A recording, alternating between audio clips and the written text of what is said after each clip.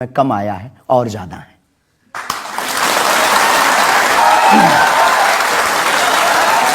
लेकिन 26 साल की उम्र में इतनी चर्चा, इतनी पब्लिसिटी, ऐसा क्या है आप में? जिसका गुरु बलवान होता है, चेला पहलवान होता है। जो लोग कहते थे ईश्वर नहीं होते या भगवान नहीं होते, हमारी दृष्टि में इस छोटे से गांव से, गढ़ा गांव, मध्य प्रदेश के बुंदेलखंड में एक छोटा गांव गढ़ा है। गढ़ा में रहने वाला एक छोटे परिवार का बालक धीरेन्द्र कृष्ण अगर यहां तक पहुंच सकता है बालाजी की कृपा से, तो भारत का प्रत्येक व्यक्ति भगवत कृपा से कहीं भी पहुंच सकता है। आपने ये नहीं बताया कि यहां तक कैसे पहुंच गए हैं। ये जो लोग हैं, जो फॉलो करते हैं, जो आपके बारे में इतनी बातें करते हैं, ये क्यों करते हैं? क्या है आप में? बागेश्वर बालाजी की कृपा, वो सब पर है। लेकिन आप अगर कहेंगे, क्योंकि आपसे जीतना तो बड़ा मुश्किल है, हम पहले आपको साफ कर दें कि चूंकि आपका नाम तो रजत शर्मा जी है, लेकिन हम आपको दयालु नाम से, क्योंकि हमारी भारतीय परंपरा में बड़ों का नाम नहीं लेते, तो हम आपको दयालु कहकर संबोधित करेंगे, अगर बुरा ना लगे तो। आप कुछ भी करिए। वैसे हम आपके यहाँ आज मेहमान हैं, तो ये हमारा अधिकार भी है। तो दयालु जी, हमारे ऊपर, सबके ऊपर बागेश्वर बालाजी की कृपा है। लेकिन हमने अपने गुरुदेव की जो चरणों की सेवा की, उस सेवा के माध्यम से ऋषि परंपरा की जो मंत्र विधा हमको प्राप्त हुई है, वो हमारे पास एक ऐसी अनूठी है जिससे पूरा विश्व की मंगल कामना भी करते हैं। पूरा विश्व अपनी समस्याओं के समाधान के लिए गुरु के नाते बागेश्वर धाम चला आता है। शायद इसीलिए लोग हमारे पास आते हैं। मैंने तो ये देखा कि जब से आप संस्कार टीवी पर आना शुरू हुए और लोगों ने आपके प्रवचन सुने, उसके बाद लोकप्रियता बड़ी तेजी से बढ़ने लगी। हाँ, ये कह सकते हैं माध्यम है, परंतु देखो साधन है, साध्य नहीं। दरबार 3 पीढ़ी से लग रहा, हमारे दादा गुरु जी भी लगाते थे, हम भी 11 साल से लगा रहे। नजर आपकी आज पड़ी है अब इसमें, और हमें ये लगता है कि इसमें ये हमारी गलती नहीं है, देखने वाले की गलती है। बड़ी देर से देखा है हमें, हम तो पहले से ही गुरु कृपा से चमकदार थे। मुझे तो लग रहा है बहुत जल्दी देख लिया आपको, भी तो आपकी उम्र ही कुछ नहीं है। हम उस परंपरा से हैं, जब 5 वर्ष की अवस्था में ध्रुव जी लीला कर सकते हैं, प्रहलाद जी लीला कर सकते हैं, तो हम 26 साल में क्यों नहीं लीला कर सकते? तो आपने क्या क्या लीलाएं की हैं? कोई ऐसी लीला नहीं की जिसमें हम फंसे, लेकिन आपकी अदालत में आए हैं, तो आपके उसमें आप जो कह रहे हैं, तो हमारे जीवन में गुरु कृपा से जो किया, सब सनातन के लिए किया, और केवल सनातन के लिए करें। लीला का मतलब ये, हम कोई ईश्वर नहीं है, हम कोई भगवान नहीं है। साधारण जैसे ये इंसान है, वैसे हम मानव हैं, हम में कोई अलग नहीं है। बस हमने अपनी परंपरा को ठीक से जाना, ये अलग है। आप जब स्कूल में पढ़ते थे, तो जैसे बाकी छात्र होते हैं ऐसे ही थे लगभग, और मास्टर जी कहते थे ये स्कूल में ना आए तो अच्छा है, इतना शरारती है। हाँ, उपद्रवी तो थोड़ा थे, क्योंकि हम जाते थे तो एक तो बहुत कम जाना होता था, लेकिन बहुत गंभीर और सौम्य भाव से हम जाते थे, और लोगों की भावनाएं हमारे पास रहती थी। चूंकि हमारे दादा गुरु का नाम बहुत प्रसिद्ध था, तो दादा गुरु के कारण लोग हमको भी प्रेम देते थे, स्नेह देते, दुलार देते। हमारे दादा गुरु जी को हनुमान जी का 2 बार साक्षात्कार हुआ, ऐसा हमने माना, और उनके अनुयायियों ने माना। तो हम जब स्कूल में जाते थे, तो बचपन से ही बड़ी कृपा थी, तो लोग, बच्चे हमारे पास आते थे, सब क्लासें एक साथ हो जाती थी, 9वीं 10वीं 8वीं सब एक हो जाती थी, जिसमें हम बैठते थे। अच्छा महाराज जी बताइए हमारी कितनी परसेंटेज बन रही है?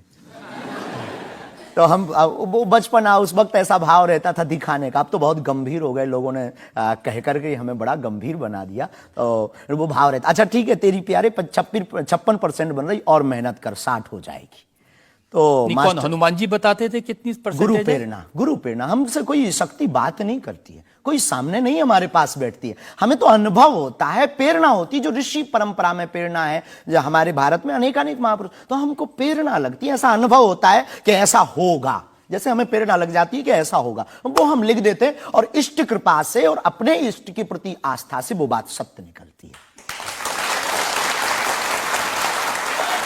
हमारा जीवन भी बड़ा अभाव से गुजरा। एक छोटी झोपड़ी रहती थी, वो भी झोपड़ी कच्ची झोपड़ी, उसमें पिताजी रहते थे, हमारी माँ, हमसे छोटी बहन और उससे छोटा भाई, 5 लोग उसमें रहते थे। उसी में भगवान को स्थान था। दादा गुरुजी निर्मोही अखाड़ा से साधु थे, तो उन्हें परिवार से ज्यादा मतलब नहीं था। तो बड़ा अभाव में गुजरा हमारा जीवन, बहुत विचित्र स्थितियों में गुजरा। लेकिन अभाव ने प्रभाव की महिमा बताई और आज प्रभाव ने हमें अभाव की महिमा बताई। तो आप कह रहे हैं कि जब छात्र थे तो साधारण छात्र थे, जैसे बाकी बच्चे होते हैं, वैसे आज घर परिवार वैसा था जैसे बाकी लोगों का होता है। कोई नई बात नहीं, कोई ऐसा, हम कोई ईश्वर नहीं है, हम संसार से कोई अलग से ब्रह्मा जी की फैक्ट्री से सेट नहीं भये।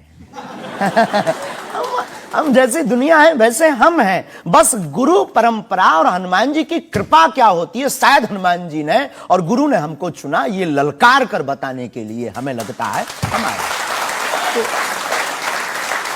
इस देश में तो बहुत सारे लोग हैं जो हनुमान जी के भक्त हैं, है करोड़ों लोग। हाँ, मंगलवार को शनिवार को मंदिरों में जाते हैं, व्रत रखते हैं, प्रसाद चढ़ाते हैं।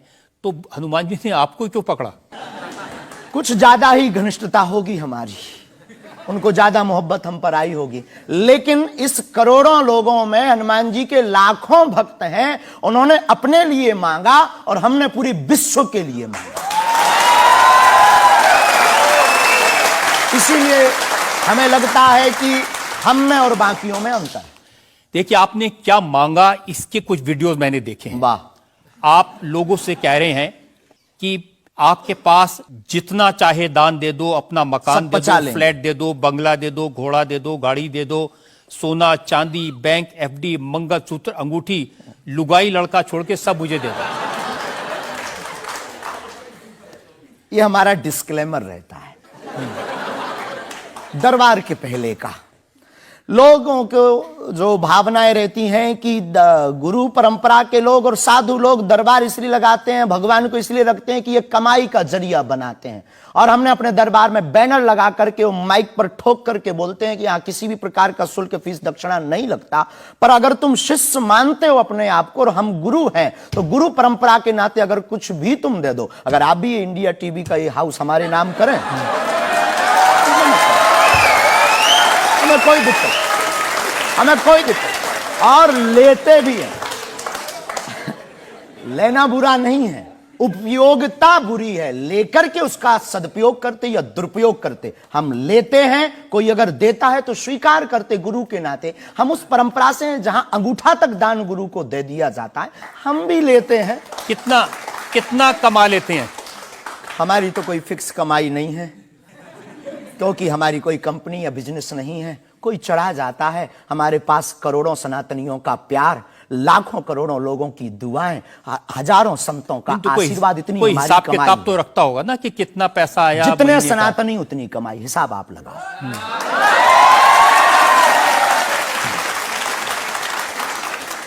ज्यादा बातें इसलिए होती हैं कि आप जो स्टंट करते हैं पब्लिसिटी के लिए, आप ऐसी ऐसी बातें कह देते हैं।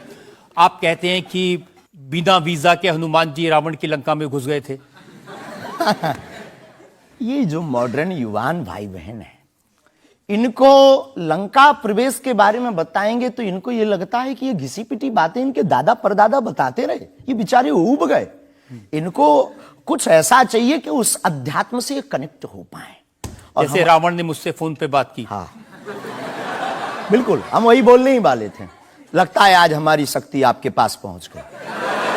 तो हमें आपको समझाना है, रावण से फोन का बात का मतलब सबके अंदर रावण बैठा है। कोई ऐसा दुनिया में नहीं जो गलत कृत्य देख रहा, गलत कर रहा और सच जानते हुए चुप है, वो रावण की दृष्टि का आदमी। तो हनुमान जी लंका गए।